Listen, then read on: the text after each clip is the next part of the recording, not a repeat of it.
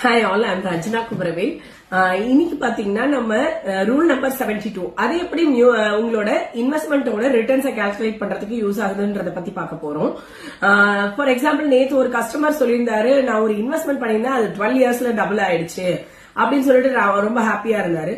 சரி, அது 12 இயர்ஸ்ல டபுள் ஆச்சுன்னா நீங்க அந்த 12 இயர்ஸ் 72 வந்துட்டு 12 டிவைட் பண்ணா நீங்க 6% தான் ரிட்டர்ன்ஸ் எடுத்திருக்கீங்க. இந்த 12%ல 6% ரிட்டர்ன் வந்து இன்ஃபிளேஷனை கண்டிப்பா பீட் பண்ணாது.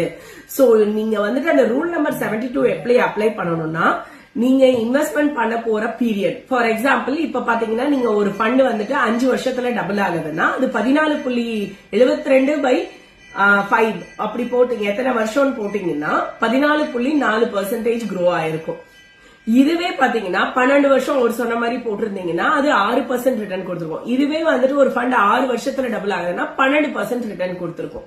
சோ இப்படிதான் வந்துட்டு நீங்க ரூல் நம்பர் 72 நீங்க அப்ளை பண்ணி உங்களோட இன்வெஸ்ட்மெண்ட் இன்கம் இன்கம் இல்ல, உங்களோட இன்வெஸ்ட்மெண்ட் எப்படி க்ரோ ஆகுதுன்றத வந்துட்டு நீங்க தெரிஞ்சுக்க முடியும்.